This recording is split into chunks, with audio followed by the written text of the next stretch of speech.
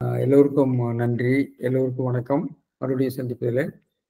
ஆ இந்த உரையினுடைய முன்னுரை பகுதியில இறுதியில நம்ம ரேவதி அவர்கள் ஒரு கேள்வி கேட்டாங்க. அதுக்கு நம்ம நினைவாக பதில் சொல்ல வேண்டும். அவர்களை பார்த்தவுடன் நினைவுக்கு வருகிறது. அது நான் பேசுகிறேன்.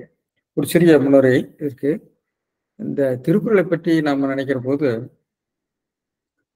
திருக்குறள் மாற்று மறையாக, அதாவது நாலடியார் வேளாண் வேதம் என்று சொல்லக்கூடிய ஒரு மரபு இருக்கிறது. அதாவது பிராமணர்களுக்கு எப்படி நல் வேதம் இருப்பது போல, நாலடியார் கொண்டதே வேளாண் வேதம் என்று சொல்லக்கூடிய ஒரு மரபு இருக்கிறது. அதுபோலவே கைவிலை நவநீதம் தமிழில் இருக்கிறது. கைவிலை நவநீதத்தை எழுதியவர் அது மூலநூல், அதாவது முதல் நூல். ஆனால் அவர் தொகுத்து வடமொழியில் உள்ளவற்றையெல்லாம் தொகுத்து அருமையான தமிழிலே அதை எழுதியிருக்கிறார். இந்த தாண்டவராய சுவாமிகள், நன்னிலத்தில் இருந்தவர் தாண்டவராயர். அவருடைய சமாதி, அவருடைய நினைவிடங்களை மிகவும் என்ன சொல்றது, வருந்தத்தக்க நிலையிலே இருக்கிறது. நீங்க போனீங்கன்னா பாருங்க. ஒரு 16ஆம் நூற்றாண்டை சேர்ந்தவர். வேதாந்தத்தை தமிழிலே வேதாந்தத்தை மிக அழகாக 500, 600 செய்யுட்களில் அதை சொல்லியிருக்கிறார். அதை நாங்கள் வழக்கமாக கேரள பிள்ளைகளிடத்தில் பாடம் சொல்வது உண்டு. அதற்கு பொருளகராஜெல்லாம் தயார் பண்ணியிருக்காங்க. அதுக்கு பேர் சூத்திர வேதாந்தம். சூத்திர வேதாந்தம் என்று சொன்னால் தமிழிலே இருக்கக்கூடிய வேதாந்தம் என்ற அர்த்தம். அவ்வளவுதான். அதுக்கு ஒரு இழிவுபடுத்துகிற நிலையில அது அர்த்தம் இல்லை. வேதாந்தத்தை மூல நூல்களிலே வடமொழியிலே படிக்கின்றவர்களுக்கு இணையாக மூல நூலாக ஒருவர் எழுதியிருக்கிறார். அதை மற்ற ஒரு பின்னாடி ஒருவர் சம்ஸ்கிருதத்தில் மொழிபெயர்த்திருக்கிறார். சாமகவின்னு ஒருத்தர் அதை மறுபடியும் சம்ஸ்கிருதத்தில் மொழிபெயர்த்திருக்கிறார். எனவே தமிழிலும் மூல நூல்கள் எழுந்திருக்கிறன என்பதற்கு அது ஒரு உதாரணம். அதாவது அறிவை எப்படி ஒரு தாய்மொழி வழியாக பொது நிலைக்கு கொண்டு செல்லக்கூடிய மத்தியது. இது ஒன்றுதான் திருக்குறள். அப்புறம் 2வது, திருக்குறளை இயற்றியவர் நம்ம நினைவு மீண்டும் நினைவுபடுத்துகிறோம். சமணர் பின்புலத்திலிருந்து வந்தவர் என்று சொல்லி. அதுல சமணமும் பௌத்தமும் சமயம் என்று சொல்லுவதை விட ஒழுக்க நெறி என்றுதான் சொல்றாங்க. ஏனென்றால் அது கோட்பாட்டு ரீதியான அது தத்துவம், மற்றதெல்லாம் ரிலிஜன். இப்ப வேத நெறியில தத்துவங்களை விட அது சமய ஒழுக்கங்கள் தான் அதிகம். அதே மாதிரி நம்முடைய நாட்டுப்புற வழக்காறுகள்ல இருக்கக்கூடிய நாட்டுப்புற சமயம், நம்ம இந்தியாவில் இருக்கக்கூடிய பெரும்பாலான மக்கள் நாட்டுப்புற சமயங்களை பின்பற்றக்கூடியவர். நாட்டுப்புற சமயங்கள்ங்கிறது ஒழுக்க நெறி அல்லது, அது ஒரு ஒரு சமய நெறி, அதாவது வழிபாட்டு நெறி, அவ்வளவுதான். வழிபாட்டு நெறி வேற, ஒழுக்க நெறி வேற. இப்ப சமணம் பௌத்தம் வழிபாட்டு நெறிய அல்ல, வழிபாட்டு நெறியாகவும் இருக்கிறது. அதில் அடிப்படையிலே அவர்கள் கோட்பாட்டு ரீதியில் அமைந்த ஒழுக்க நெறிகள். எனவே அவற்றை சமயங்களோடு வைத்து நம்ம பேசக்கூடாது. அது ஒரு ஆல்டர்னேட்டிவ் விஷன் ஆஃப் லைஃப், அதாவது மாற்று கருத்து. அதனுடைய அடிப்படை நோக்கம் நம்முடைய பாரம்பரியமாக இருக்கக்கூடிய வைதிகமாகட்டும், அல்லது என்ன சமண பௌத்தத்துக்கு 2 எதிர்ப்பாளர்கள் இருந்தார். ஒன்று வைதிகம், வைதிகத்தில் இருக்கக்கூடிய வேதத்தில் சொல்லப்படுகிற வேள்விகள், அந்த சடங்காச்சாரங்களை எல்லாம் எதிர்த்தாங்க. அப்புறம் சமத்துவமின்மையை எதிர்த்தாங்க. அவர்கள் சொல்லக்கூடிய வர்ணாசிரம் போன்றவற்றையே எதிர்த்தாங்க. அதே மாதிரி இன்னொரு பெரிய எதிர்ப்பாளர்கள் யாருன்னா நாட்டுப்புற சமயத்தார். நாட்டுப்புற சமயத்தார்களை நம்ம மக்கள் பூராமே நாட்டுப்புற சமயம் தான். வைதிகம் ஒரு சிறுபான்மையினருடைய நெறிதான், வேத நெறியை பின்பற்றக்கூடியவர். பெரும்பான்மையினர் நாட்டுப்புற சமயம். நாட்டுப்புற சமயத்தில் நம்முடைய குலதெய்வ வழிபாடு மாதிரி ஒவ்வொருத்தர் நமக்கு நிறைய தெய்வங்கள் இருக்கிறது. அவர் தேவர் இவர் தேவர் என்று பொய்த்தேவு வீசி புலம்புகின்ற பூதலத்தேன நம்முடைய மாணிக்கவாசகர் சொல்றார். அதனால நமக்கு நிறைய தேவுகள் உண்டு. அது பொய்த்தேவுன்னு ஒரு நாவலை எழுதினாரு நம்முடைய கானாஸ். எனவே சமணவருக்கும் பௌத்தருக்கும் இருக்கக்கூடிய நோக்கம் ஒன்று வைதிகத்தை ஒரு பக்கம் எதிர்ப்பது. அது ஒரு ஆர்கனைஸ்டு, அது கட்டமைக்கப்பட்ட ஒரு ஒரு அரசு ஆதரவோடு இயங்கக்கூடிய ஒரு சமய நெறி. இன்னொன்று மக்கள் நெறி. மக்கள் நெறியில் பார்த்தீங்கன்னா புலால் உண்ணுதல், அந்த தலையில தேங்காய் அடித்துக் கொள்ளுதல் போன்ற சடங்குகள். இந்த சடங்குகளை எல்லாம் நாம் இழிவுபடுத்தும் நிலையில நாம் பேசல. அது ஒவ்வொரு ஒழுக்க முறைகள். ஆனால் அவற்றிலிருந்து மேல்நிலைக்கு வர வேண்டும் என்று இந்த சமண பௌத்தங்கள் வற்புறுத்தின. நிச்சயமாக இந்த குலப்பிரிவுகள் மற்ற பிரிவுகள் எல்லாம் ஏற்றத்தாழ்வுகளை கொண்டிருந்தன நம்முடைய நாட்டுப்புற சமூக அமைப்பும் வழிபாட்டு முறையும். எனவே இவற்றை எதிர்த்து அவர்கள் எதிர்கொள்கிற போது அவர்கள் நிச்சயமாக இந்த தாழ்ந்த விளிம்பு நிலையில் இருக்கக்கூடிய மக்களை மேல்நிலைக்கு கொண்டு வர முயற்சி இருக்கிறார். ஒன்று புலால் உண்ணாமை விட செய்கிறது, சமத்துவம், கல்வி, முக்கியமாக கல்வி. இது கடுமையான எதிர்ப்புக்குள்ளாகி இருக்கிறது. சமண பௌத்தத்துடைய பழையங்கால முறையை இன்றைய கிறிஸ்தவ இஸ்லாம் மதங்களுடைய செயல்பாடுகளோடு நம்ம ஒப்பிட்டு பார்க்கலாம். அவர்கள் இங்கு உள்ள சமயமற்று இயங்கக்கூடிய நாட்டுப்புற சமயங்களை பின்பற்றக்கூடியவர்களை எல்லாம் சமத்துவ நிலையிலே கொண்டு வருவதற்கு கல்வி முதலியவற்றை கொடுத்து தங்கள் சமயத்துக்கு மாற்று உயர்நிலைக்கு மேல்நிலையாக்கத்துக்கு முயற்சி செய்தது போல சமண பௌத்தமும் ஒரு காலத்துல மேல்நிலையாக்கத்துக்கு முயற்சி செய்தது. அந்த மேல்நிலையாக்கம் வெற்றி பெறுகிற தருவாயில தான் விளிம்பு நிலை மக்கள் மேல்நிலையாக்கம் பெறுவதை நடுநிலை மக்கள், இன்றைக்கு நடுநிலை மக்களாக மாறியிருப்பாங்க, அன்னைக்கு விளிம்பு நிலை மக்கள், அவர்களுடைய எதிர்ப்பு ஏற்பட்டிருக்கும் போல இருக்கிறது. அந்த எதிர்ப்பு என்பது தங்களுக்கு கீழ் உள்ள விளிம்பு நிலை மக்கள் மேல்நிலைக்கு வருவதற்கு எதிர்ப்பு போல தங்களுக்கு மேல் உள்ள அதுக்கு மேல் உள்ள அந்த வைதிக மார்க்கத்தோடு சேர்ந்து நடத்திய ஒரு போராட்டம் தான் பக்தி இயக்கமாக இருக்குமோ என்று தோன்றுகிறது. நம்முடைய கைலாசபதி அவர்கள் வரலாற்றில வந்து அது வணிகர்களுக்கும் வேளாளர்களுக்கு ஏற்பட்ட போராட்டம் என்று சொல்கிறார். அது வந்து உண்மை, அதுக்கு ஒரு வகையான விளக்கமாக ஒழிய அதே முத்தான விளக்கம் என்று சொல்ல முடியாது. எப்படி இன்றைக்கு பிராமணர்களுக்கு எதிராக மேல்தட்டு மக்கள் பிராமண அல்லாத இயக்கத்தை நடத்தி ஓரளவுக்கு வெற்றி பெற்ற நிலையில அதற்கு அடுத்த நிலையில் இருக்கக்கூடிய விளிம்பு நிலை மக்கள் மேலே வர்றதுக்கு உடன்படாத ஒரு நிலையில தான் இன்றைக்கு அணியை சேர்றாங்க. மேல்தட்டு மக்களும் அந்த பழைய வைதிக சனாதன தர்மத்தையும் கொடுக்கக்கூடிய நிலையை நம்ம இன்றைக்கு அரசியல்ல பார்க்கிறோம்.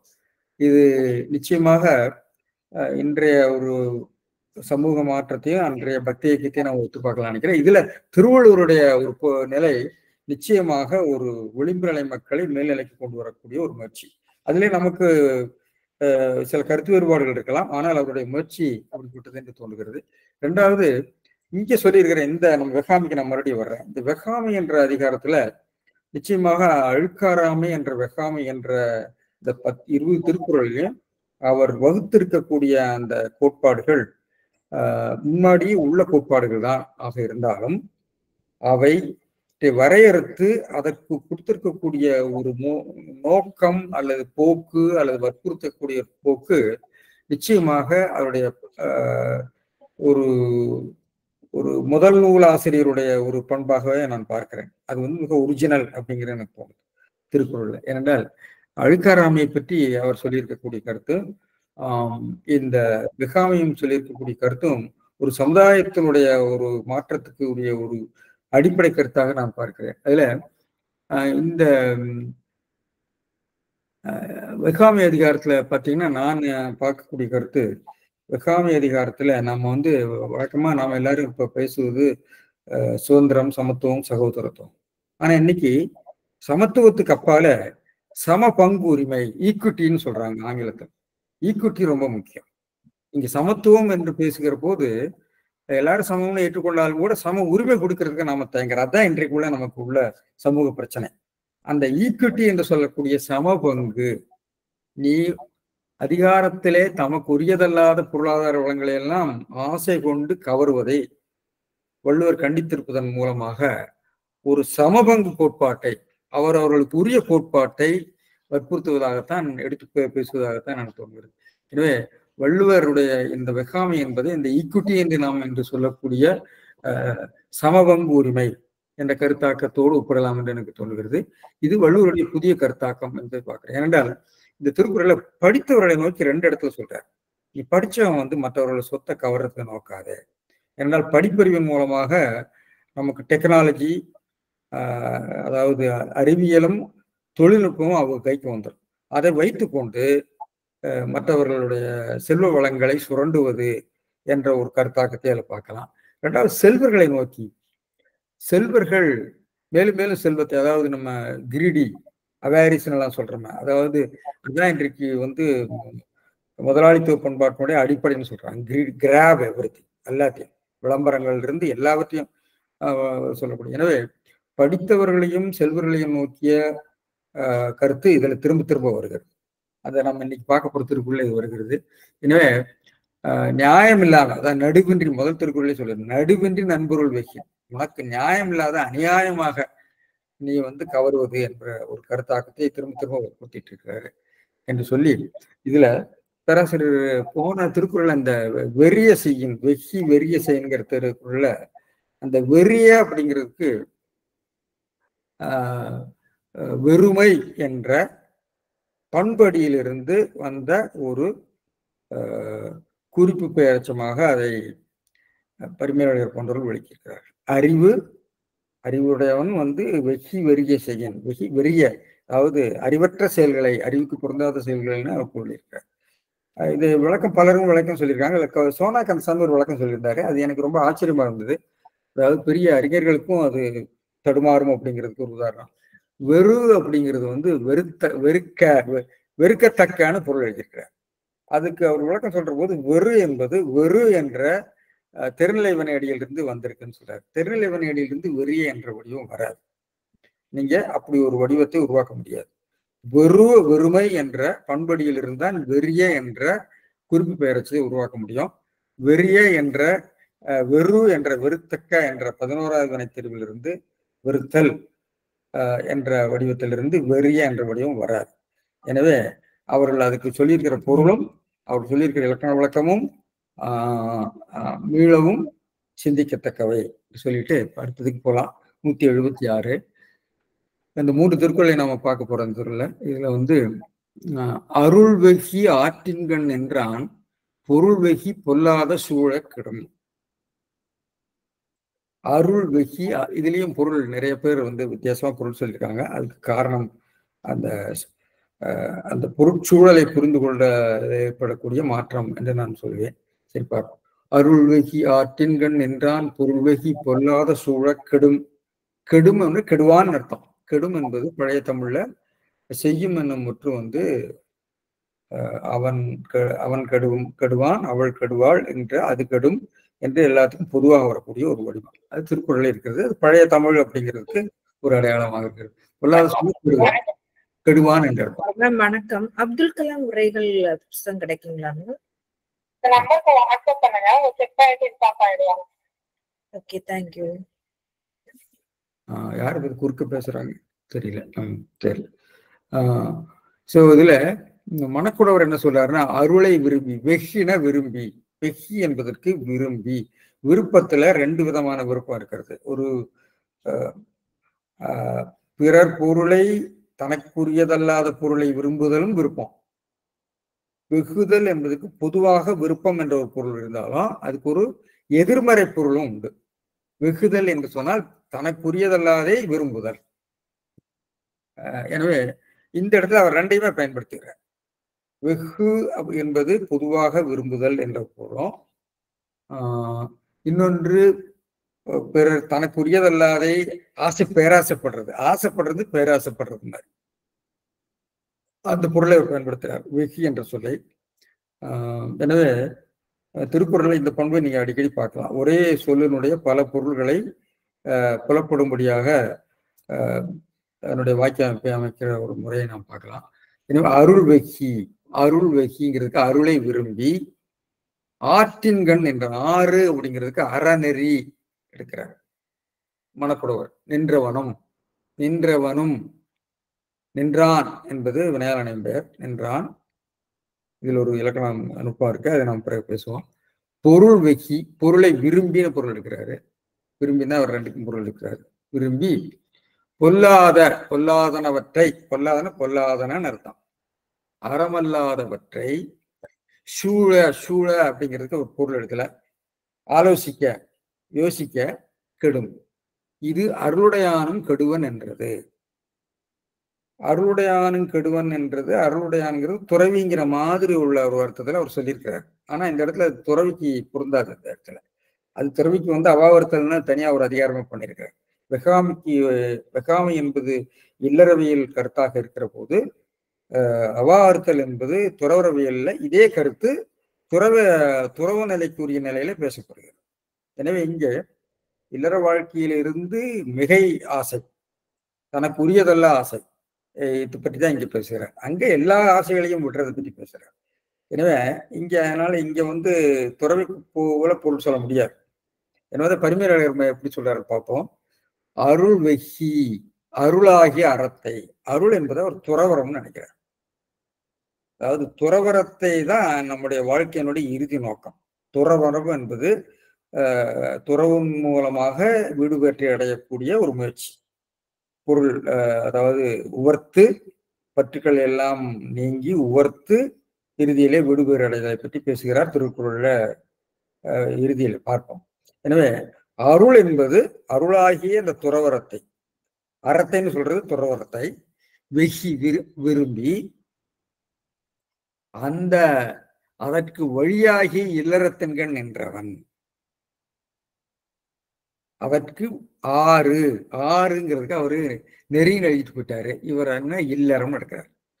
ஆறு என்பது இந்த இடத்துல ஆறு என்பது ஆகுபெயராலே மெட்டானமி என்ற முறையில அது இல்லறத்தை குறிக்கிறது. நல்லாற்றின் என்ற துணை, இல்வாழ்வானன்பான் இயல்புடைய மூவருக்கும் நல்லாற்றின் என்ற துணை, இல்லறத்திலே அப்படிங்கிற அர்த்தத்துல அவர் பயன்படுத்துறார். எனவே ஆறு என்பது வழி என்ற பொதுப்பொருள் இருந்தாலும் இங்க அந்த இட பயன்பாட்டு சூழல் நோக்கி ஆறு என்பது துறவர இல்லற நெறி என்ற அர்த்தம். எனவே அதற்கு வழியாகிய அந்த ஆறு அருள்வகி ஆற்றின்கண் என்றான். அதாவது இறுதியாக இருக்கக்கூடிய துறவர நெறியை அடைவதற்கு அருள் என்னும் அன்பின் குழவின்னு சொல்றாரு. அன்பின் வழியாகத்தான், அன்பு என்பது இல்லறத்திலே வளர்கிறது. அந்த அன்பு வளர்கிற போது அருளாக மலர்கிறது, அது குழந்தையாக பெறுகிறது என்று அவர் உருவகமாக சொல்கிறார். அந்த அருளுடைய வளர்ச்சிக்கு வேண்டி, அருள் வளர்வதற்கு வேண்டி இல்லறத்திலே இருந்து அன்பை பயின்றான்.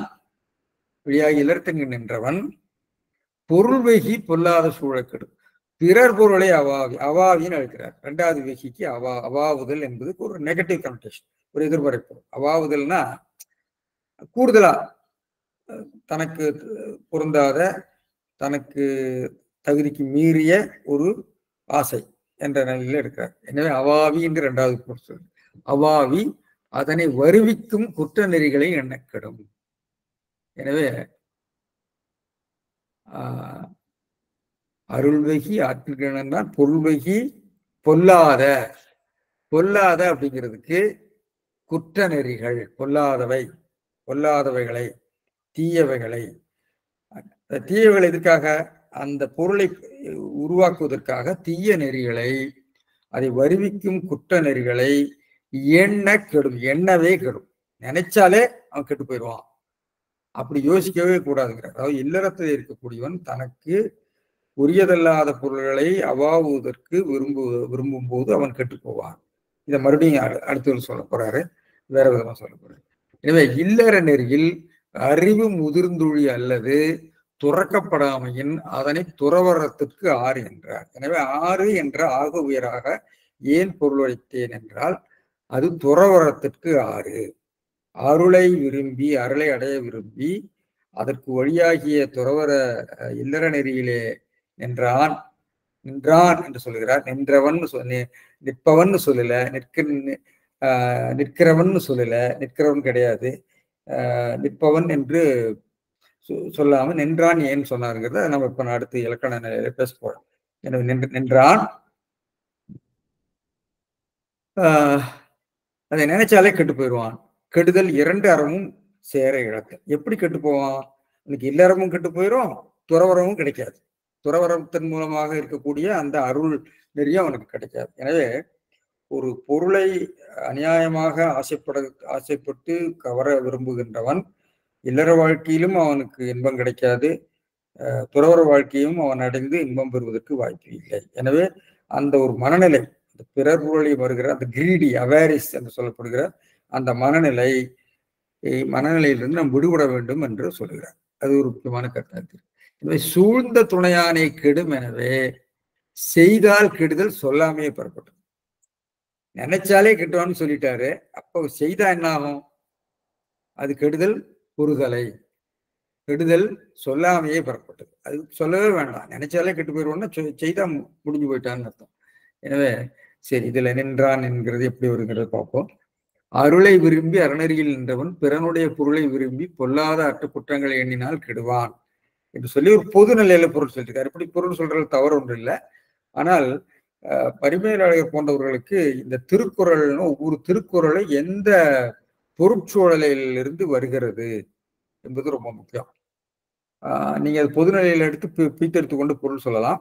ஆனால் ஒரு ஒரு ஒரு நூல் கட்டமைப்பை மொத்தமாக நோக்கக்கூடிய ஒரு விளக்க ஆசிரியன், அதை விளக்கக்கூடியவன், அந்த திருக்குறள் அந்த குறிப்பிட்ட வாக்கியம் எந்த பொருளை உணர்த்துகிறது என்றால் நீங்க அவுட் ஆஃப் கான்டெக்ட் எடுத்துட்டீங்கன்னா எப்படி வேணாலும் பொருள் சொல்லலாம். எனவே அந்த சூழ்நிலையிலிருந்து அது பிரித்து எடுத்து விட்டால் அதுக்கு வேற வேற பொருள்கள் உதவிடும். ஆனால் அந்த சூழ்நிலையில சொல்லப்பட்ட அதான் அதிகாரம்ங்கிறது. அதனால அந்த விவாத மண்டலத்துல நம்ம எந்த விவாத மண்டலத்தில் அதை பேசுகிறாரோ அதுக்கு ஏற்ற மாதிரி பொருள் சொல்றது ஒரு முழுக்க உரை எழுதிய ஒரு உரையாசிரியருடைய கடமை. அவர் அதை செய்திருக்கிறார். ஆனால் இதை வேற ஒரு தளத்துக்கு கொண்டு போக நினைக்கக்கூடியவர்கள் இது மாதிரி வேற மாதிரி பொருள் எழுதுறாங்க. சரி, சாலமன் பாப்பையா அப்படித்தான் அருளை விரும்பி குடும்ப வாழ்க்கையில இருக்கிறவன்னு அவர் ஓரளவு பரிமையாளர்களை பின்பற்றுகிறான்னு நினைக்கிறேன். பிறர் பொருளுக்கு ஆசைப்பட்டு பொல்லாதது செய்தால், பொல்லாதது அவர் எழுதியிருக்கிறாரு, பொல்லாதன எடுக்கணும். அது இலக்கணப்படி அது பொருள் எழுதுறாங்க. ஆசைப்பட்டு பொல்லாதவற்றை செய்தால் இருக்கணும். அல்ல பொல்லாதது அப்படிங்கிறது நீங்க ஜாதி உரிமையாக சொல்லி ஆனா நம்ம விளக்க சொல்லிக்கலாம். சரி, அவன் கெட்டு போவான். சரி, கெடுவான் கெட்டு போவான். சரி, இந்த வாக்கியம் பார்த்தீங்கன்னா அருள் வைக்கி ஆற்றின்கண் என்றான் பொருள் வைக்கி பொல்லாத சூழ கெடும். இதுதான் திருக்குறள் இருக்கக்கூடியது. இதுல பெரிய மாற்றம் ஒன்றும் இல்லை. அருள் வைக்கி ஆற்றின்கண் என்றான் பொருள் வைக்கி பொல்லாத சூழ கெடும் என்று ஒரு வாக்கியமாகத்தான் இருக்கிறது. அதை ஒரு குறள் ஒன்பாக மாற்றியிருக்கிறார். இதற்கு எடுத்துக்காட்டு நாம வழக்கமாக கொஞ்ச காலமாக ஒரு திருவள்ளுவர் சொல்கிற நீதி கருத்துக்கு அல்லது இலக்கணத்துக்கு இலக்கியங்களை நாம் எப்படி பார்க்கலாம் என்பதற்கு நம்ம அந்த புதுமொழி மேல்வைப்பு அல்லது குமரேச வெண்பா கதைகள் போன்றவற்றை பார்க்கலாம். இவர் திருக்குறள் குமரேச வெண்பாவில் நான் அதுக்கு ரொம்ப விளக்கத்துக்கு போகல, சுருக்கமா சொல்றேன். கார்த்த வீரியன் ஜமதக்கினி முனிவருடைய ஆசிரமத்துக்கு ஒரு நாள் போனான். அவன் நல்லவன் தான். கார்த்த வீரியன் போகும்போது அங்கு காமதேனுவை பார்த்தானோ. காமதேனுவனுடைய அந்த பசு மேல அவனுக்கு ஒரு ஆசை வந்து விட்டது. அதை நாம் வளர்க்க வேண்டும் என்று சொல்லி அதை விரும்பி அவன் பிடிச்சிட்டு போயிட்டான். இதை அறிந்த ஜமதக்கினி முனிவருடைய ஆசிரமத்திலிருந்து அந்த காமதேனு கார்த்திவீரிய அர்ஜுனன் எடுத்துக்கொண்டு போனதை அறிந்த பரசுராமன் கோபமுற்று சென்று கார்த்திவீரிய அர்ஜுனனை கொன்றதாக ஒரு கதை இருக்கிறது, ஒரு புராண கதை. அதை அவர் சொல்றார். அதனால இந்த கதை இந்த திருக்குறளுக்கு எடுத்துக்காட்டு என்று அவர் சொல்கிறார். இது இதுக்காக விளக்கத்துக்காக சொன்னேன். இதுல நம்ம கொஞ்சம் விளக்கண விளக்கத்துக்கு போகிறோம். அருள் அப்படிங்கிறது அருளாகிய அறத்தைன்னு பரிமையாளர் இருக்காரு. அருள் என்பது ஆகுபெயராக துறவரம் என்பது அதனுடைய உட்கோள். அறம் என்பது இந்த இடத்துல துறவரம். எனவே அருள் என்பது ஆகுபெயராக துறவரத்தை குறிக்கிறது. வெகி விரும்பின்னு எடுக்கிறாரு. ஆற்றின்கண்ணா வழியின்கண் நெறியின்கண். நெறினா என்ன நெறி? அதற்கு வழியாகிய இல்லறம். இதுவும் ஆகுபெயர். ஆறு அப்படிங்கிறது இல்லறமாகிய ஆறு ஆகுபெயர். சரி, நின்றான்ங்கிறது வினையாளனை பெயர். நின்றவன் என்று சொல்லலாம். இது நமக்கு ஒரு இலக்கண அதாவது தமிழில் உள்ள வினைச்சொற்கள் நாம் காலங்காட்டுன்னு சொல்றோம். காலங்காட்டுவதோடு வினையினுடைய தன்மையும் உரைக்கும். அந்த வினையினுடைய தன்மை உரைக்கிறதுக்கு நம்ம பிற்காலத்துல துணை வினைகளை பயன்படுத்துகிறோம். செய்து விட்டான், செய்தான், செய்து விட்டான், செய்து வருகிறான், செய்து கொண்டிருக்கிறான் என்று நம்ம அந்த ஆஸ்பெக்ட் என்று சொல்லப்படுகிறத நாம சொல்றோம். ஆனா சில வேளைகள்ல இந்த காலமே, வினைச்சொற்களுடைய காலமே வினையினுடைய தன்மையையும் உணர்த்தும். அது எப்படின்னு சொன்னா அதுதான் இந்த செய்தான் என்ற இறந்த கால வடிவம் இறந்த காலத்தை குறிப்பதோடு செயல் முற்றிய அல்லது உறுதித்தன்மை என்கிற வினையையும் சூட்டும். பழைய தமிழ்ல முற்றிய நிலை, ஒரு கம்ப்ளீட் பெர்ஃபெக்டிவ் சென்ஸ். நிற்பது என்று நின்றதுன்னு சொல்ற இறந்த காலம் நின்றது. அது நின்றதுன்னா அது நின்று இட் இஸ் ஆல்ரெடி ஸ்டுட் அப்படின்னு அர்த்தம். நிற்பதுன்னு சொன்னா தட் விச் ஸ்டாண்ட்ஸ் அப்படின்னு 3 காலத்தையும் குறிக்கும். அதாவது எப்படி நம்முடைய நிகழ்காலம் அல்லது எதிர்கால சொல் 3 காலத்தையும் உணர்த்தும் என்று நம்முடைய தொல்காப்பியர் சொல்லுவது இந்த கருத்து தான், இந்த ஆஸ்பெக்டை தான் சொல்றாரு. அதாவது காலங்காட்டும் சொற்கள் வினையினுடைய தன்மையும் காட்டும் என்ற கருத்தை அங்க சொல்லியிருக்கிறார். இதை பற்றி அண்மையில் ஒரு விவாதம் வந்தது. பேராசிரியர் தாமஸ் லேமான் இதை பற்றி ஒரு கட்டுரை படித்தார். அவர் வேற வேற உதாரணங்கள்லாம் சொன்னார். நான் இதெல்லாம் சொன்னேன், இந்த மாதிரி உள்ள தொல்காப்பியத்தில் இருக்கக்கூடிய விஷயம் இதெல்லாம் சொன்னேன். எனவே காலம் தமிழ்ல காலங்காட்டும் இடைநிலைகள் காலங்காட்டுகிற பண்பு காலத்தை மட்டும் காட்டல, அது ஆஸ்பெக்ட் என்று சொல்லப்படுகிற வினையினுடைய தன்மையும் காட்டுகிறது என்ற ஒரு கருத்தாக்கத்தை நம்ம இங்கே பார்க்கிறோம். எனவே இங்க பாத்தீங்கன்னா இந்த உதாரணம் பாருங்க, உழைத்தவன் முன்னேறுவான். உழைத்தவன் ஒன் ஹூ ஹேஸ் டாய்ல்ட் அப்படிங்கிறப்ப ஒரு முற்றுத்தன்மை வந்துகிறது. உழைப்பவன் என்று சொன்னால் ஒரு பொதுத்தன்மை, 3 காலத்துக்கும் அது பொருந்தும். உழைப்பவன், இன்றைக்கு நேற்று உழைத்தவன், இன்றைக்கு உழைக்கிறவன், நாளைக்கு உழைத்தவன்னா உறுதியாக உழைத்தவன் அர்த்தம், உறுதித்தன்மையை குறிக்கிறது. இன்னும் உழைத்தவன் முன்னேறுவான், உழைப்பவன் முன்னேறுவானுக்கு வேறுபாட்டு இருக்கு. உழைக்கிறவன் முன்னேறுவான் அப்படிங்கிறதும் அதே மாதிரி தான். எனவே இந்த இறந்த காலம் அதாவது ஒரு காலத்தை உணர்த்துவதோடு உறுதி பொருளையும் உணர்த்துகிறது. எதிர்கால வடிவங்கள் 3 காலத்தையும், ஹேபிச்சுவல் என்று சொல்லப்படுகிற 3 காலத்தையும் உணர்த்துகிறது என்று பார்க்கிறோம். இதை இப்ப தொல்காப்பியரை சுட்டி இருக்கிறார். இதை நாம மறுபடியும் விரிவுபடுத்தி பார்க்காமல் விட்டோம் என்றுதான் எனக்கு தோணுது. தொல்காப்பியர் அந்த கருத்தை சுட்டி இருக்கிறார். அதாவது தமிழ் கால காட்டும் பண்பு என்பது காலத்தை மட்டும் இல்லை, அதனுடைய வினையின் தன்மையும் காட்டும் என்று பிற்காலத்தார் சொல்லக்கூடிய கருத்தை தொல்காப்பியர் சொல்லியிருக்கிறார். எனவே இங்க இடத்துல நின்றான் என்று அதனால்தான் சொல்றார். நின்றான் என்று சொன்னால் நின்றவன், இது வினைத்தன்மையை சுட்டுகிறது. உறுதியாக அதுல நின்றவன் அர்த்தம். அருள்வகி ஆற்றின்கண் நின்றவன், இல்லறத்திலே நண்பன் ஹூ ஹேஸ் அப்படிங்கிற மாதிரி ஒரு பெர்ஃபெக்டிவ் டென்ஸ் அது குறிக்கிறது. இது ஒரு முக்கியமான ஒரு கருத்து. திருக்குறள்ல நிறைய இடங்கள்ல நின்றது, அந்தாள நோட்கு மரத்திற்கு மாதியா நின்றது, நிற்பதுன்னு சொல்லல, நின்றதுன்னு சொல்றாரு. பொறிவாயில் ஐந்தவித்தான் பொய்தீர் ஒழுக்க நெறி நின்றார், ஒன் ஹூ ஸ்டுட் இன் தி பொறிவாயில் ஐந்தாவித்தானுடைய நெறி, குணமென்னும் குண்டேறி நின்றார், எல்லைக்கண் நின்றார் என்பதிலெல்லாம் பார்த்தீங்கன்னா காலத்தோடு ஒரு ஒரு இதை பத்தி நான் முன்னாடியும் பேசியிருக்கிறோம், இந்த வினைத்தன்மையும் குறிக்கிறது. ஏனென்றால் நின்றான் அப்படிங்கிறது இங்கே பார்த்தேன், வேரோடு நின்றான் நடுவன்றது போலும், இது மாதிரி நிறைய இடங்கள் எடுத்துக்காட்டுகள். நான் ரொம்ப விரிவுக்கு போகல, இந்த கருத்தை மட்டும் நான் முன்வைத்து விட்டு நமக்கு அடுத்து நிற்பதுன்னு ஒரு வடிவத்தை பயன்படுத்தியிருக்கிறார், அதாவது எதிர்கால வடிவத்தையும் பயன்படுத்தியிருக்காரு. அது ஒரு 3 காலத்துக்கும் பொருந்தக்கூடியதா சொல்ல. 1ஆம் உலகத்து உயர்ந்த புகழெல்லாம் ஒன்றாவது நிற்பது ஒன்றில் நிற்பது, 3 காலத்துக்கு நிற்கும்னு அர்த்தம் நிற்பதுங்கிறது. மதிநுட்பம் நூலோடு உடையாருக்கு அதிநுட்பம் யாவள முன் நிற்பவை என்று பார்க்கிறோம். எனவே இதுக்கு நான் எடுத்துக்காட்டுகள்லாம் சொல்லியிருக்கிறேன். நான் சொல்ல வருகிற கருத்து இது மட்டும்தான். இந்த காலம், தமிழிலே காலங்காட்டுகிற வினைகள் காலத்தோடு வேற செயல்பண்பையும் காட்டுகிறது. தொல்காப்பியரை சுட்டி இருக்கிறார். அது திருக்குறள் ஆட்சியை நம்ம பார்க்கிறோம் என்பதையும், அப்படி நாம் பார்க்கிற போது இதெல்லாம் இந்த உறுதியான செயல்பாட்டை அவர் பயன்படுத்தி இருக்கிறார் என்று தெரிகிறது. கடிந்தோரார் செய்தார்க்கு அவைதான் முடிந்தாலும் பிழைதர், செய்பவர்க்குன்னு சொல்ல செய்தார்க்குன்னு சொல்லியிருக்காரு. இது மாதிரி அந்த வடிவ ஆட்சிகள் செய்வாருங்கிறத செய்வார், செயற்கரி செய்வார் பெரியார் அப்படிங்கிறப்போ 3 காலத்துக்கும் வருகிறது. எனவே அந்த விளக்கத்துக்கு நான் அதிகம் போகல. எனவே இந்த நின்றார் என்ற வடிவத்தை மட்டும் வைத்து இந்த மையத்துல இந்த கருத்தை சொல்லிவிட்டு பாக்கியதுக்கு நான் வாழ்வார்ங்கிறது எப்படி எதிர்காலத்தை முடியமாக வரும் என்று பார்க்க வேண்டியது. அந்த வெகுதல் என்ற சொல் எப்படி 2 இடத்திலும் அருளோடு சேர்ந்து வருகிற போது அதனுடைய கொலோகேஷனல் மீனிங் பாசிட்டிவ். அதனுடைய சொற்சேர்க்கையில பொருள் வெகுதல் என்று சொல்கிறது பொருளுக்கு ஆசைப்பட்டு, அருளுக்கு விரும்பி, பொருளுக்கு ஆசைப்பட்டு, அது விரும்பி ஆசைப்பட்டு, அது மாதிரி பொருள் சொல்லியிருக்காங்க. எனவே சொற்கள் இன்னொரு சொற்களோடு சேரும் போது வரக்கூடிய சொற்சேர்க்கையிலே பொருள் மாற்றம் ஏற்படும். அதையும் நம்ம பார்க்கணும். அதையும் நம்ம பரிமேலழகர் போன்றவர்கள் உடந்து சொல்லியிருக்கிறார்கள் என்பதை நாம் பார்க்கிறோம். எனவே இந்த திருக்குறள் அப்படிப்பட்ட விளக்கத்துக்கு நமக்கு இடம் தருகிறது என்று சொல்லி அடுத்தது மேற்கோள். அது வந்து ஆயுதம் பயின்று வந்த நலிவு வண்ணம் தானே? ஆமா ஆமா, நலிவு வண்ணத்துக்கு உதாரணமா வருகிறது தான் நினைக்கிறேன் நான் தப்பா சொல்லியிருக்கேன். எஸ், இது வந்து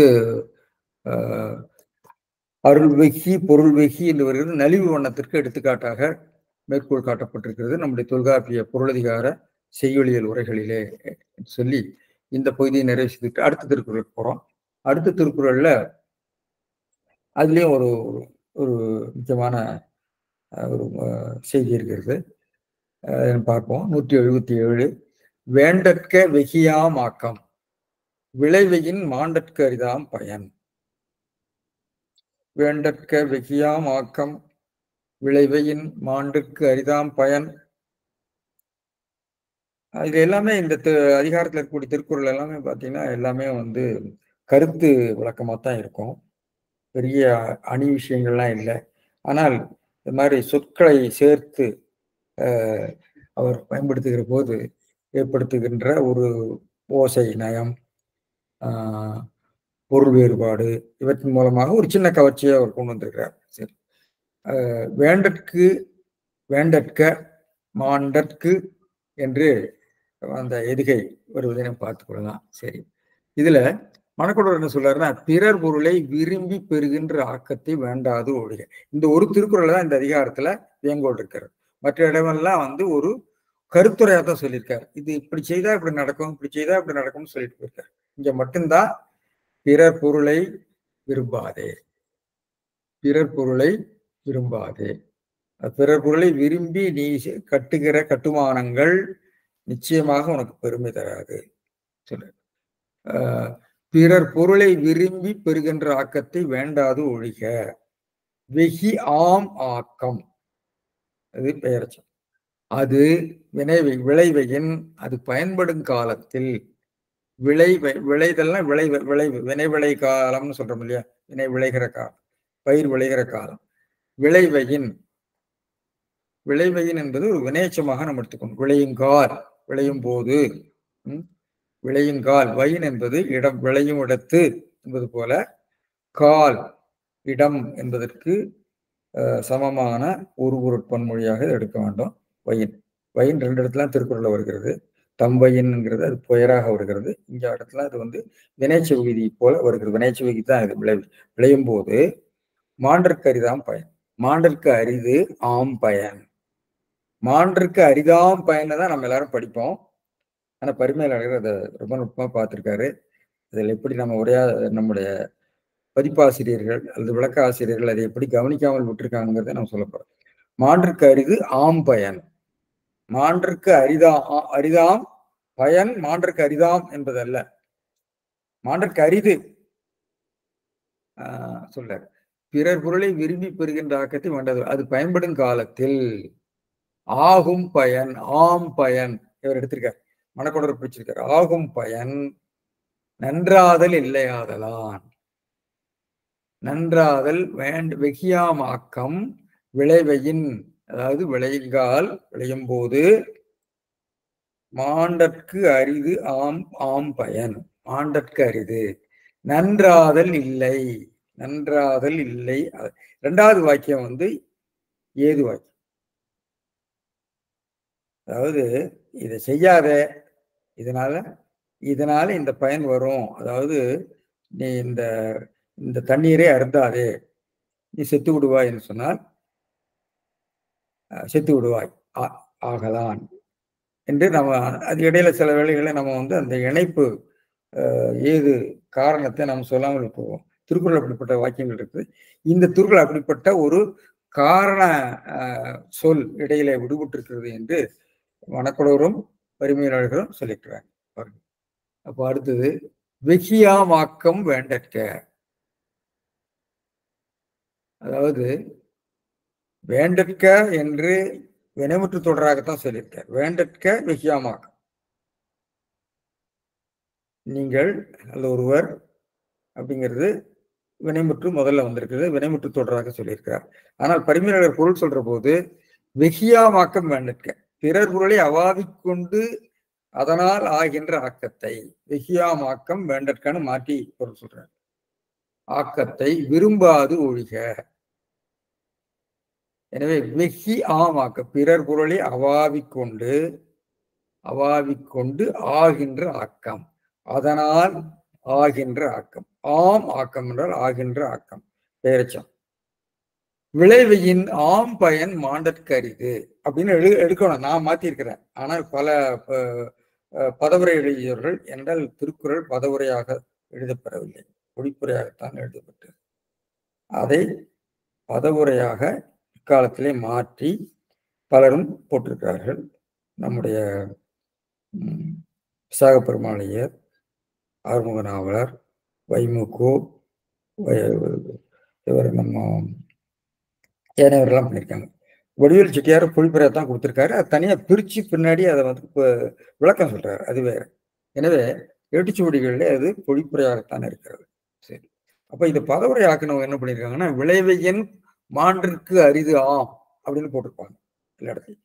ஆனால் நான் அதை சொல்ல போறேன், வைமுகோ எல்லாம் அப்படித்தான் போட்டிருக்காங்க. எனவே பின் அனுபவிக்கும் காலம், விளைவைன்னா விளைவையின் விளையும் போது, அனுபவிக்கும் கால்னு சொல்லியிருக்காரு, அது வினையச்சம். விளைவையின் விளையும் போது, விளையுங்கால், அது அதனுடைய பயன் விளையுங்கால், பின் அனுபவிக்குங்கால், ஆம் பயன் அவ்வாக்கத்தின் பயன், அதனால ஆகின்ற ஆக்கத்தின் பயன் மாண்டற்கு அரிது. மாண்டல் அப்படிங்கிறது, மான் என்பது சிறத்தல் அர்த்தம். மான் என்பது திருநிலை வினையடி. மாண்டக்க, மானப்பெரிது என்று நமக்கு திருக்குறளை நிறைய இடங்களில் மான், மானாக்கடை எல்லாம் வருகிறது. எனவே மாண்டற்கு, மாண்டதற்கு அல்ல, மாண்டற்குன்னு வரணும். மாண்டற்கு, மானுதற்கு, சிறப்படைதற்கு அரிது. அப்போ மாண்டற்கு என்பது மாண்டல் கூவா அல்ல மாண்டற்கு என்பது செயற்கை என்னும் வாய்ப்பாட்டு வினையச்சமா என்ற ஒரு கேள்வி வருகிறது. அது செயற்கு என்ற வாய்ப்பாட்டு வினையச்சம் போலத்தான் இருக்கிறது போல தோன்றுகிறது. நம்ம அதை கொஞ்சம் ஆராய வேண்டியிருக்கிறது. சரி, அவ்வாக்கத்தின் பயன் நன்றாதல் இல்லைன்னு சொல்லிட்டு இருக்காரு. இல்லைங்கிறது அரிது.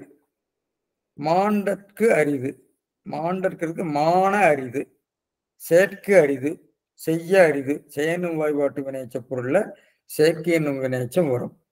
செயற்கு அரிது, இது செயற்கு அரியது, இது செயற்கு, அவன் போர் செயற்கு எழுந்தான், போர் செய்ய எழுந்தான் அர்த்தம்.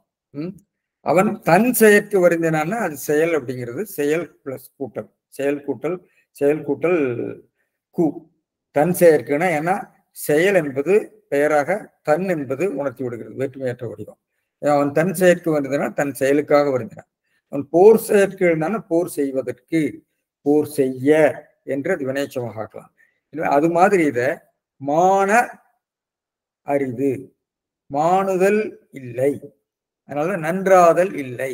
மாணுதல நன்றாதல் இல்லை. ஆதலான் என்பது அந்த விகாரத்தால் தொக்க அந்த ஏது சொல்லை அவர் விட்டு நிரப்பியிருக்கிறார். சரி, எனவே நன்றாதல் இல்லை ஆகலான்.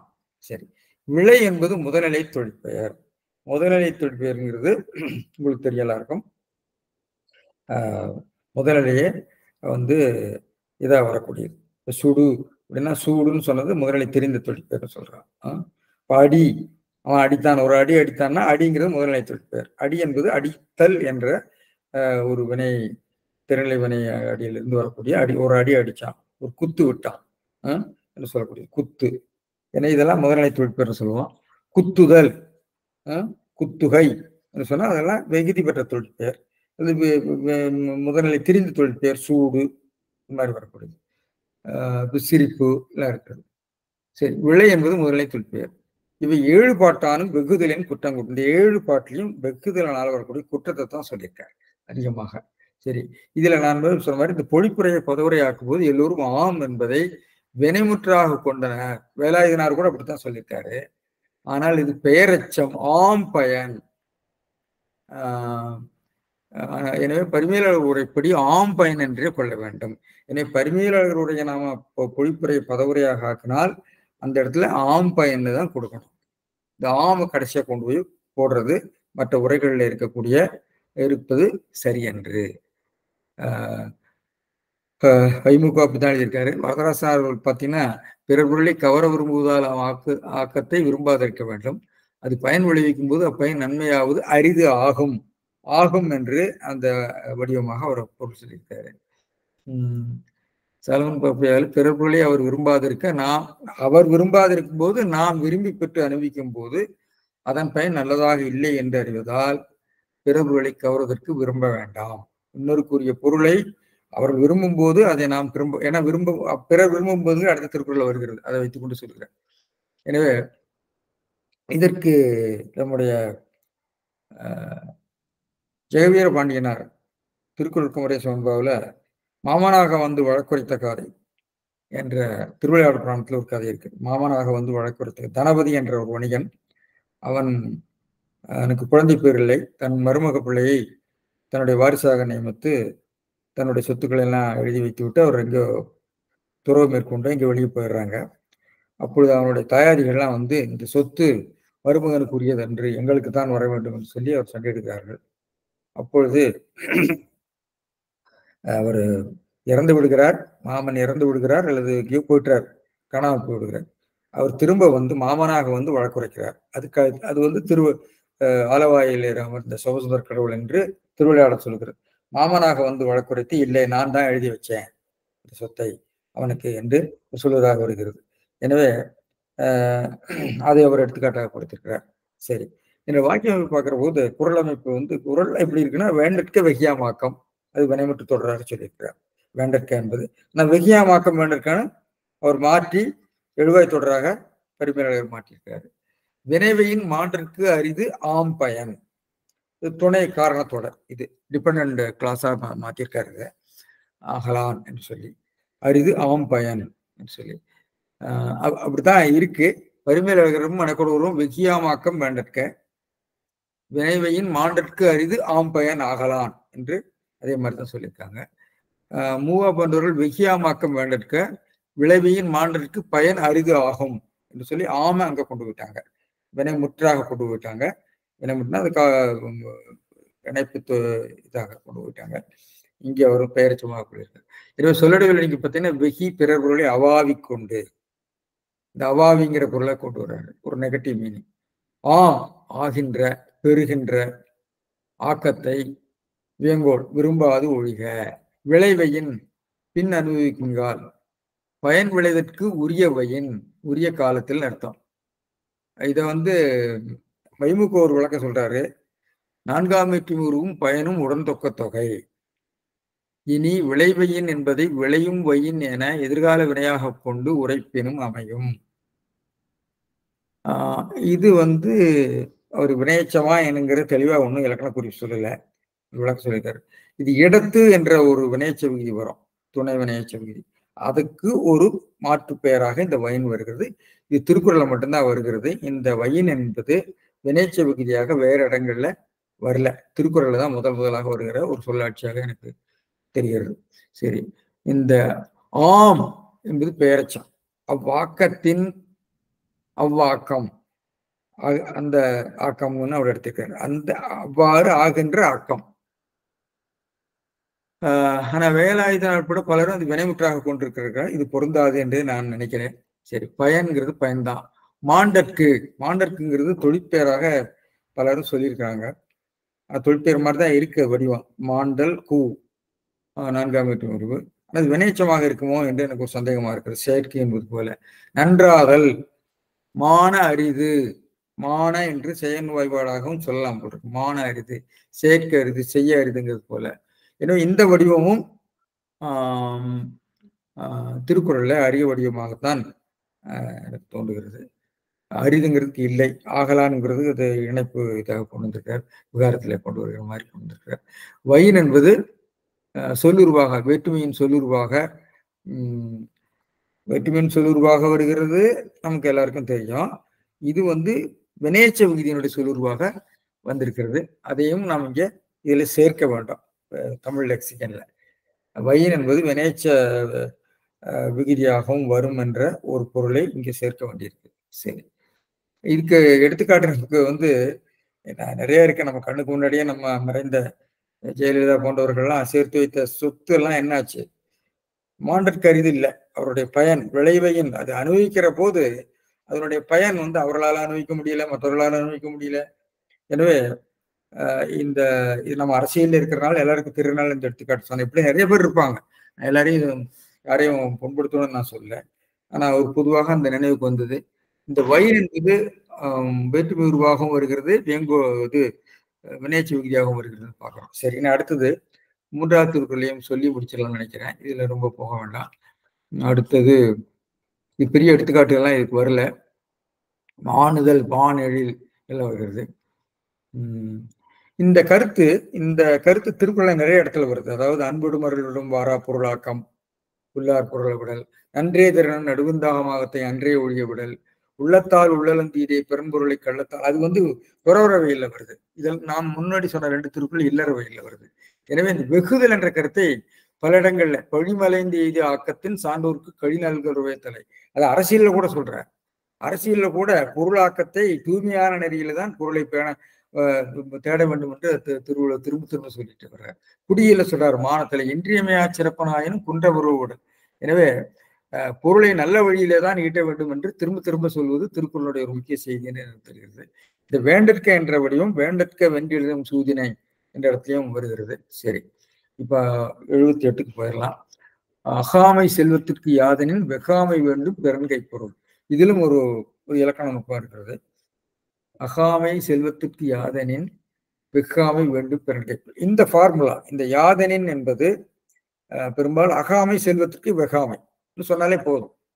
ஆனால் அதை வினா வாக்கியமாக மாற்றி, அதாவது சமன்பாட்டு வாக்கியமாக சொன்னால் அகாமை செல்வத்திற்கு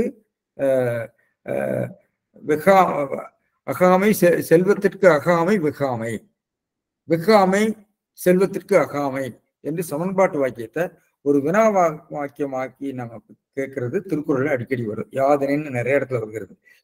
அது மாதிரி திருக்குறள் எத்தனை திருக்குறள் இருக்குதுன்னு சொன்னா நிறைய திருக்குறள் இருக்கிறது சொல்றாரு. ஏன்னா அது அகாமை செல்வத்திற்கு அருள் அல்லது யாதனின், வாய்மை எனப்படுவது யாதனின், அரவணை யாதனின், நல்லாறு எனப்படுவது யாதனின், நட்பிற்கு வைத்திருக்க யாதனின், எல்லாமே பார்த்தீங்கன்னா எல்லாம் வந்து ஒரு பெயர் பயனிலையாக முடியும். சமன்பாட்டு வாக்கியம் பெயர் பயனிலையாக முடியும். அது வாய்மை எனப்படுவது யாதனின் யாதொன்றும் தீமை இல்லாத சொல்லுதல். எனவே அந்த பயனிலையாக வரக்கூடிய சமன்பாட்டு வாக்கியத்துல பெயர் தான் இருக்கும். பேதமை என்பது ஒன்று யாதனின் ஏதம் கொண்டு ஊதியம் போக விடல் பெயர். வெண்மை எனப்படுவது யாதனின் உண்மை உடையம் யாம் என்னும் செருக்கு பெயர் இருக்கும்.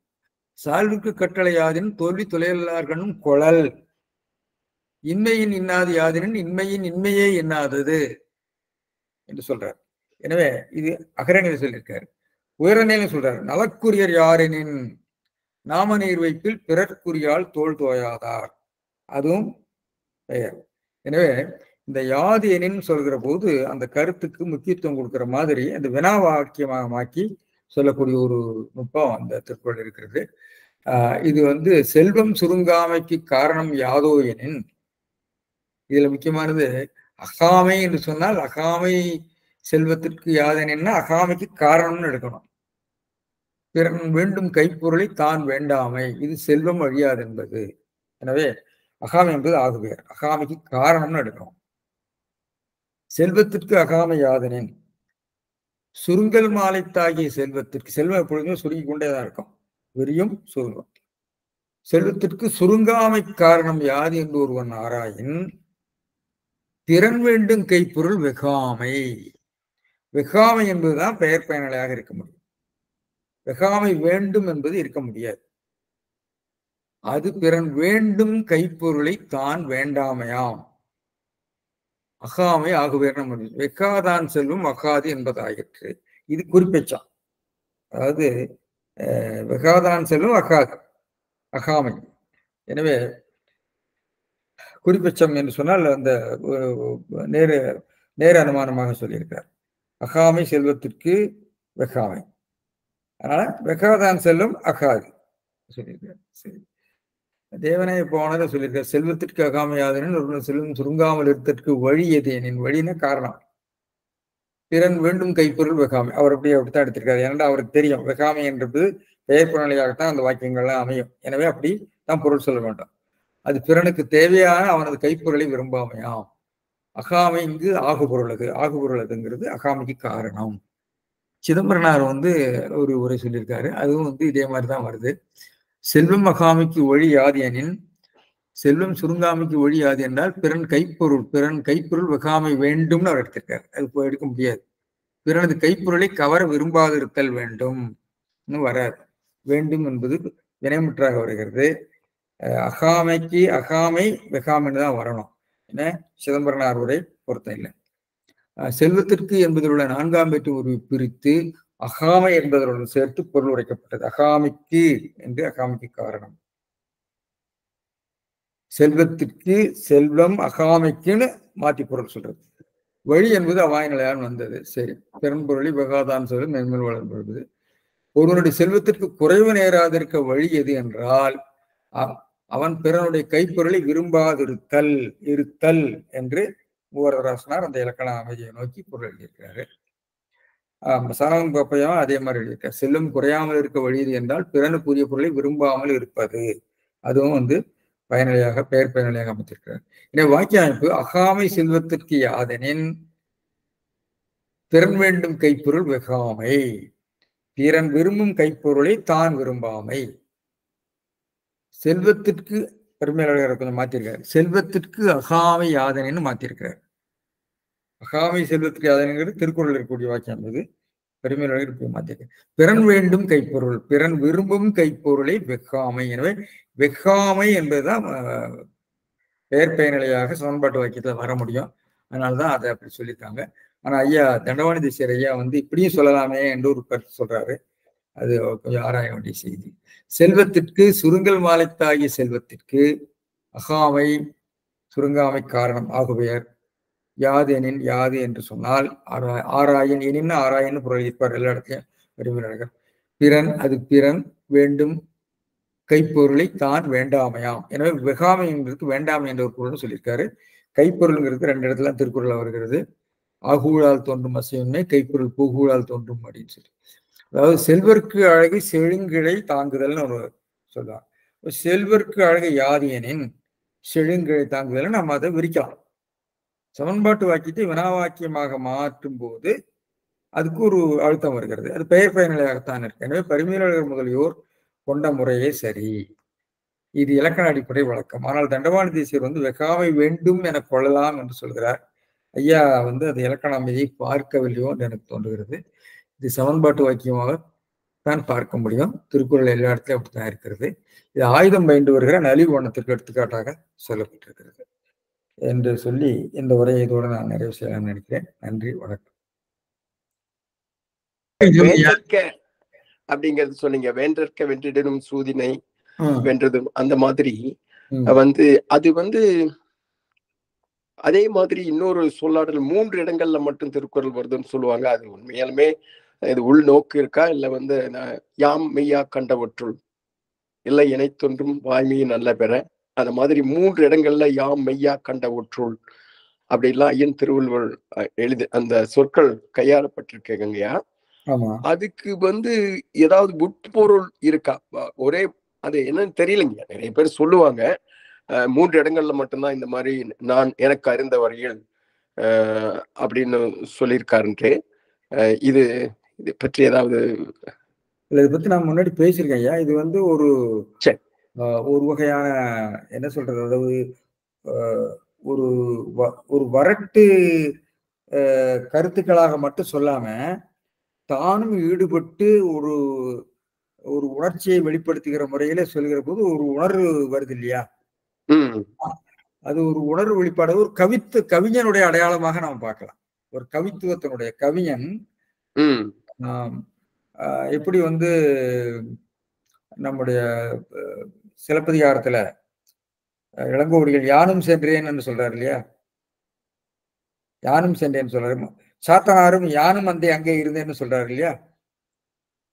அந்த நிகழ்ச்சி நடக்கிற போது நானும் இருந்தேன்னு சொல்றாரு. அது ஒரு இலக்கிய உத்தி.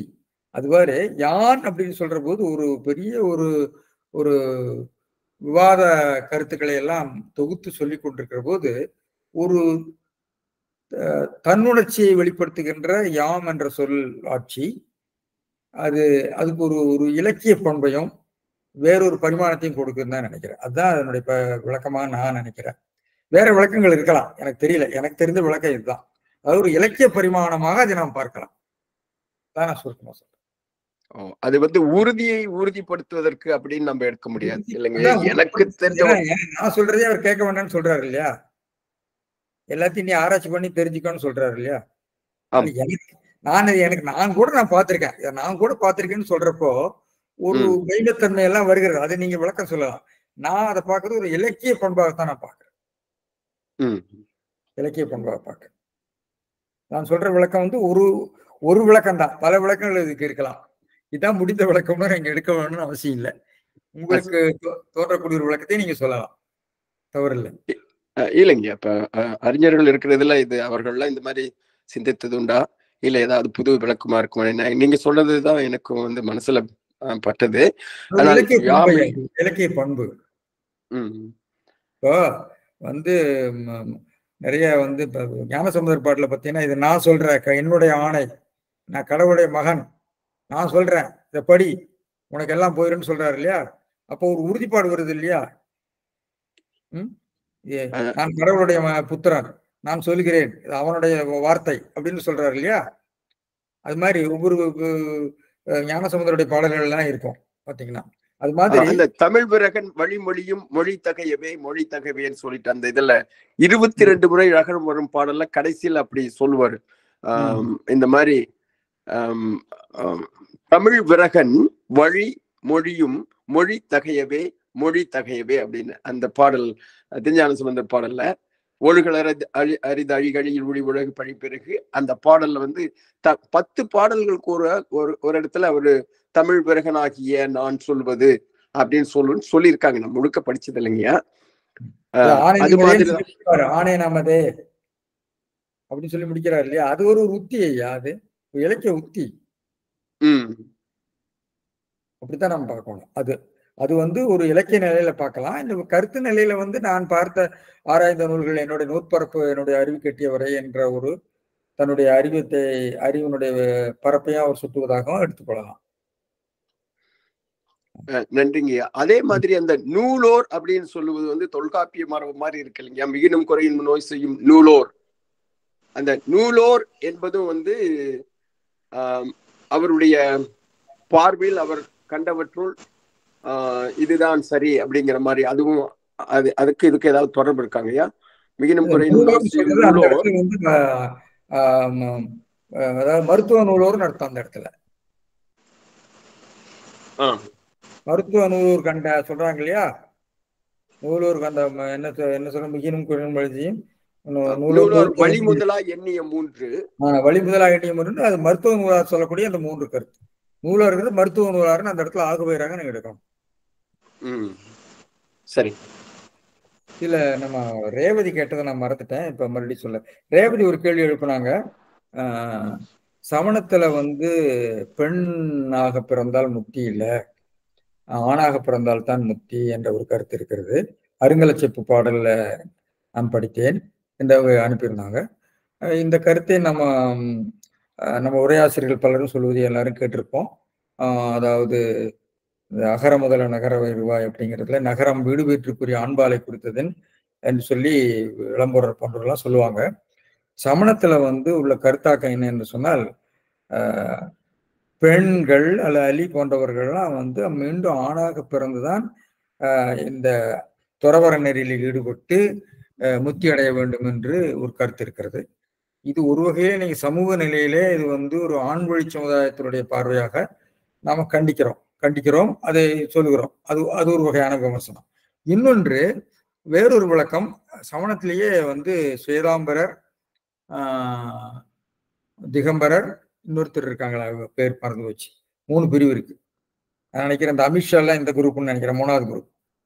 அவங்க லூஸ் கொஞ்சம், அதாவது அவங்க பல நெறிகள் வந்து கொஞ்சம் எளிமையா இருக்கும். இந்த திகம்பரர் ஸ்தானகவாசியா? ஸ்தானகவாசி கரெக்ட். இந்த திகம்பரர்கள் வந்து ரொம்ப தீவிரமான, நம்ம புரொட்டஸ்டன்ட்டுகள் மாதிரி ரொம்ப தீவிரமான கருத்து. அதாவது அந்த நூலூர், அந்த அறநூலூர், அந்த என்ன சொல்றது, பொறிவாயில் ஐந்த வித்தான் பொய்தீர் ஒழுக்க நெறிதான் முக்கியம். திருவள்ளுவரும் அநேகமா திகம்பரராக தான் இருப்பார்னு நினைக்கிறேன். ஆனால் ஸ்வேதாம்பரர்கள் வந்து பெண்ணுக்கும் முத்தி உண்டுன்னு சொல்றாங்க. இதுல என்ன கருத்து, இன்னொரு விளக்கம் என்னன்னா, உண்மையிலேயே அது ஒரு வகையான ஒரு மனிதாபிமானத்தின் அடிப்படையில் எழுந்த கருத்தாக தான் தோன்றும். ஏனென்றால் இந்த துறவு என்பது மிக கடுமையான விரதங்கள். அவர்கள் வந்து உங்களுக்கு தெரியும், பட்டினி கிடக்கிறது, முடிய பிடிங்கிறது, வெயில்ல இருக்கிறது, உபவாசம் இருக்கிறது என்று கடுமையான விரதங்கள். இந்த விரதங்கள் செய்வதற்கு பெண் மெல்லியல், அது மட்டும் இல்லை, பெண் வந்து ஒரு அடுத்த சந்ததி குடும்பத்தை எல்லாம் நிர்வகிக்க வேண்டியவள். அவள் இதில் ஈடுபட்டு அவள் தன்னை வருத்தி கொள்ள வேண்டியதில்லை. She can wait. அவள் வந்து அடுத்த பிறவியில ஆனா வந்து பிறந்து முத்தி அடையட்டுமே என்று சொல்லக்கூடிய ஒரு மனிதாபிமான பண்பாக நம்ம அதை பார்க்கலாம், அப்படியும் பார்க்கலாம். அதனால சமணர்கள் வந்து இந்த சைவர்கள் சொல்லக்கூடிய குற்றச்சாட்டுகள் இது உண்டு. என்னையா சமணத்துல வந்து பெண்ணுக்கு துறவு இல்லை, முத்தி இல்லை, நாங்க தான் முத்தி கொடுக்குறோம் அப்படிங்கிற மாதிரி சொல்லுவாங்க. ஆனால் இதுக்கு ஸ்வேதாம்பரத்தில் இருக்கிறது இப்படி ஒரு விளக்கமும் இருக்கிறது. பெண்ணை அவ்வளவு கொடுமைப்படுத்த வேண்டாமே, இவ்வளவு துறவிலே அவளை செலுத்தி அவளை, ஏனென்றால் நிறைய பெண் துறவிகள் எல்லாம் இருந்திருக்காங்க. சமணத்துலதான் பெண் துறவிகள் முதல்ல இருக்கிறாங்க, சமணத்திலையும் பௌத்தத்திலையும் தான். சைவத்துல வந்து சைவம் இல்ல, வைதிகத்துல பெண் துறவிகள்லாம் ரொம்ப பின்னாடி தான் வர்றாங்க. நம்ம கரைக்காலம் மேரெல்லாம் ரொம்ப பின்னாடி தான் வருது. நமக்கு முன்னாடியே வந்து கல்வெட்டுகள்லயே நிறைய கனக வீர குருத்தியாருன்னு நிறைய பேர் இருக்காங்க. அவர்களுக்கு துறவு உண்டு. ஆனால் துறவு ஒரு அடுத்த அருள்வகி அடுத்த துறவரத்தை நோக்கி அவர்கள் நோன்பு நோட்டு கொண்டிருப்பார்கள் என்று அது ஒரு வகையான ஒரு மனிதாபிமான பண்பு என்று ஒரு வழக்கமும் உண்டு. இதுதான் நான் சொல்றது. ரேவதிக்கு இது ஒப்பா இருக்கான்னு தெரியல. ரேவதி இருக்காங்களா? கேக்குதுங்களா சார்? ரேவதி சொல்லுங்க. கேக்குதுங்களா? ரேவதி கேக்குதா? கேக்குதுங்களா? நீங்க சொல்றது சார், நான் சொல்றது கேக்குதுங்களா? சொல்லுங்க. ஹலோ, சொல்லுமா சார், கேக்குதுங்களா? கேக்குதுமா. அது இன்னொரு பாட்டுல கூட வந்து ஆலோசனையின் கண் அப்படின்னு சொல்லிட்டு, மாதவன் கண் மீள்வின்றி ஏற்றுக்கொள்ளல் அப்படின்னு ஒண்ணு இருக்கு. ஆலோசனையின் அழிவின்றி, அதுல 10 ஆலோசனை இருக்கு. அது குரு மூலமா தெரிஞ்சுக்கோங்க, நூல் வழி காண்க அப்படின்னு, மகாவிரதம் மேற்கொள்றது அப்படின்னு அது அந்த ஒரு குரல் மாதிரி ஒண்ணு இருக்கு அந்த பாட்டுல, அருங்கலச்சப்புலயே. அப்ப 10 விதமான ஆலோசனைகள் இருக்குன்றாங்க. ஆனா அது நூல் வழி தெரிந்து கொள்க, குருவின் வழி தெரிந்து கொள்க அப்படின்னு சொல்லியிருக்காங்க. மேலும் இதுலயே வந்து ஓரறிவுடைய அந்த தாவரமான அந்த பச்சை இலையில கூட உண்ணக்கூடாது, நம்ம உணவுகள்லாம் கூட மூடி வைக்க கூடாதுங்கிற மாதிரி நியமனங்கள் வச்சிருக்காங்க. அந்த ஆலோசனைகள் என்னன்னு உங்களுக்கு தெரியுமா? ஆலோசனைகள் அப்படின்னு சொல்லிட்டாங்க. நூல் வழி தெரிந்து கொள்ள, குரு மூலம் தெரிந்து கொள்க, மகாவிரதங்கள், அந்த ஆலோசனையின் அழிவகற்றி மாதவன் கண், அதாவது முனிவருடைய மேற்பார்வையில மீள்வின்றி ஏற்றுக்கொள்ளல் அப்படின்னு ஒரு செய்யுள் இருக்கு. அப்புறம் வந்து சமணம் மட்டுமில்ல, சமணத்திலும் வைதிகத்திலும் இன்னொரு ஒரு பார்வை என்ன இருக்குதுன்னா, அந்த பார்வைக்கு நமக்கு உடன்பாடு கிடையாது. இந்த பெண் தான் வந்து ஆணினுடைய துறவர மேன்மைக்கும் மீட்சிக்கோ தடையா இருக்கிறா என்று சொல்லி ஒரு கருத்தை திரும்ப திரும்ப சமணத்துல உள்ள சில சிவசிந்தாமணியிலே இருக்கிறது. நம்ம சைவ புலவர்கள் மாணிக்கவாசகர்லாம் சொல்லவே வேண்டாம், எதுக்கு எடுத்தாலும் பெண்ணைத்தான் குற்றம் சொல்லுவார், பெண்ணால கெட்டேன்னு. நம்முடைய அருணகிரிநாதரை சொல்ல வேண்டாம். இதெல்லாம் நமக்கு ஓப்பான கருத்து கிடையாது. இதெல்லாம் அவங்க பார்வை, அவ்வளவுதான். ஒரு வகையான வக்கரமான பார்வையாக நம்ம இப்ப எடுத்துக்கொள்ள வேண்டியதுதான். இந்த வக்கரங்களை எல்லாம் நம்ம வந்து தூக்கி போட்டுறணும். சொல்லிட்டாங்க அப்படிங்கிறதுக்காக அதை நாம எடுத்துக்கொள்ள ஒண்ணுன்னு அவசியம் இல்லை. வக்கரங்கள் நிறைய இருக்கு. ஏன்னா வக்கரமானவர்கள் தான் இந்த மாதிரி விஷயங்கள்லாம் வந்து சிந்திப்பாங்க, வித்தியாசமான சிந்தனைகள்.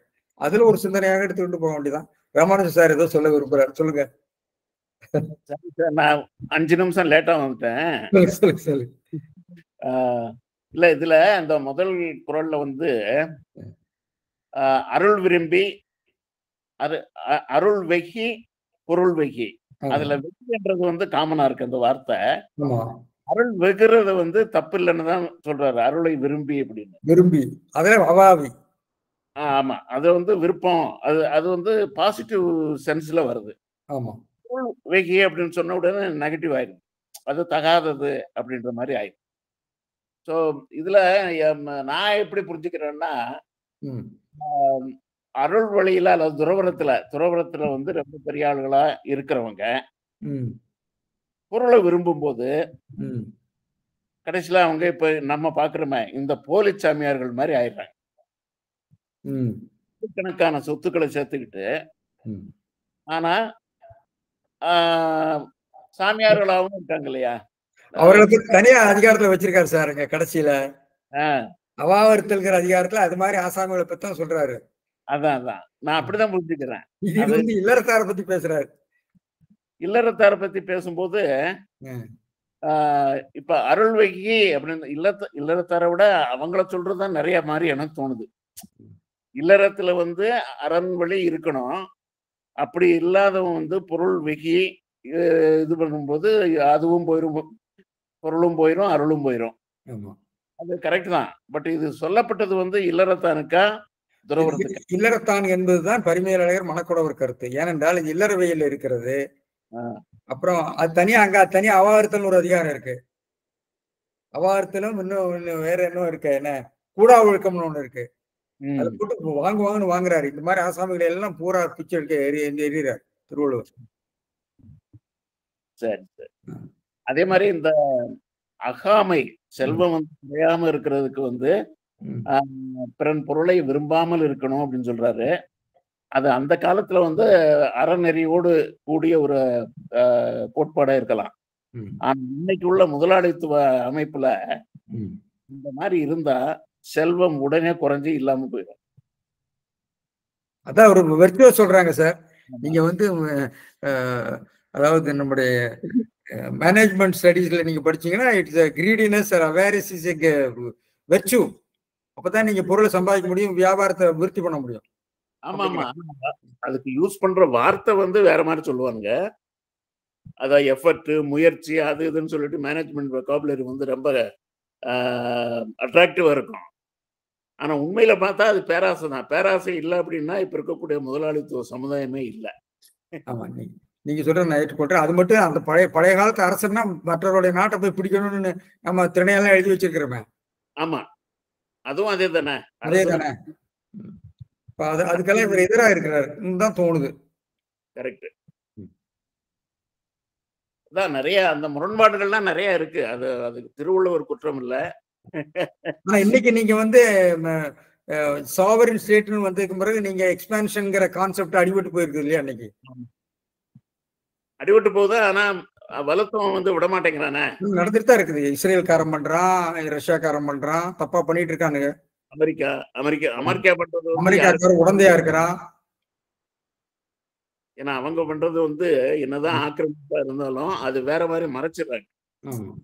உதாரணமா ஈராக்ல மற்ற இடங்கள்ல நடந்தது எல்லாமே ரொம்ப எந்த அறத்துக்கும் ஒவ்வாதது. ஆனா என்ன சொல்றான், டெமோக்ரஸிக்காக நாங்க இதெல்லாம் பண்றோம் அப்படின்னு, ஜனநாயகத்தை காக்குறதுக்காக பல நாடுகளையே அழிக்கிறோம். அதையும் பார்த்துட்டு மற்றவங்க எல்லாம் பேசாம இருக்காங்க. ஏன்னா அவன் அடிச்சிருவான்ல, நம்மளே அடிச்சிருவான்ற பயம். ஐயா வந்து நம்ம குழந்தைவேல் அண்ணா கேட்டிருந்தாங்க. இதெல்லாம் நெட்ல இருக்கு ஐயா. திருக்குறள் குமரேசன் நெட்ல இருக்கு. 2-3 வடிவத்துல இருக்கு. புத்தக வடிவத்துல கதைகள் இருக்காங்க. திருக்குறள் கதைகள் இருக்கு, பூரா இருக்கு. நீங்க பூரா டவுன்லோட் பண்ணி பாருங்க. 1 நிமிஷத்துல பாக்கலாம் நீங்க. திருக்குறள் குமரேசன் ஒரு கதை சொன்னீங்களே, அது மாதிரி ஏதாவது இருக்கான்னு பார்த்தேன்.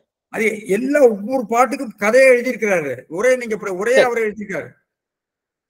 விளக்கத்துக்கு போகல, அதை நீங்க பாருங்க. பாட்டு இருக்கு, பாட்டுக்கு உரை இருக்கு, உரை கதையும் விளக்கம் சொல்லியிருக்காரு. நன்றி. அருங்கல செப்பகத்துல கூட நிறைய கதைகள்லாம் இருக்குங்களே, அது வச்சே பொருள் அமைச்சிருக்கு. அதுவும் இது மாதிரி புராண நீதி கதைகள் மாதிரிங்களா? ஆமா ஆமா. அருங்கல செப்புங்கிறது அவருடைய என்னமோ ஒரு கரண்டகம். நிறைய கதைகள் இருக்கு. நிறைய அந்த கதைகளையே வந்து அந்த கேரக்டரையே வச்சு குரல் அமைச்சிருக்காங்க. அது ஒரு வடமு இது பிராகிருத நூலுடைய மொழிபெயர்ப்பு தானே அருங்கல செப்பு. ஏன் இந்த நூல் எனக்கு என்னால பிடிக்க முடியல? அம்மா சொன்னாங்களே ஏதோ, அது என்ன நூல்? கதைகளோட அருங்கலச்செப்பு. அருங்கலச்செப்பு டிஜிட்டல் லைப்ரரியில இருக்கும். நீங்க டைட்டில் போட்டீங்கன்னா டிஜிட்டல் லைப்ரரியில படிக்கலாம். ரத்தன கரண்டகம். அருங்கலச்செப்பு. ஆமா, ரத்தன கரண்டகம்னு சம்ஸ்கிருதத்துல இருக்கும். அது சம்ஸ்கிருதத்துல, பிராகிருதத்துல ரத்தன கரண்டகம்.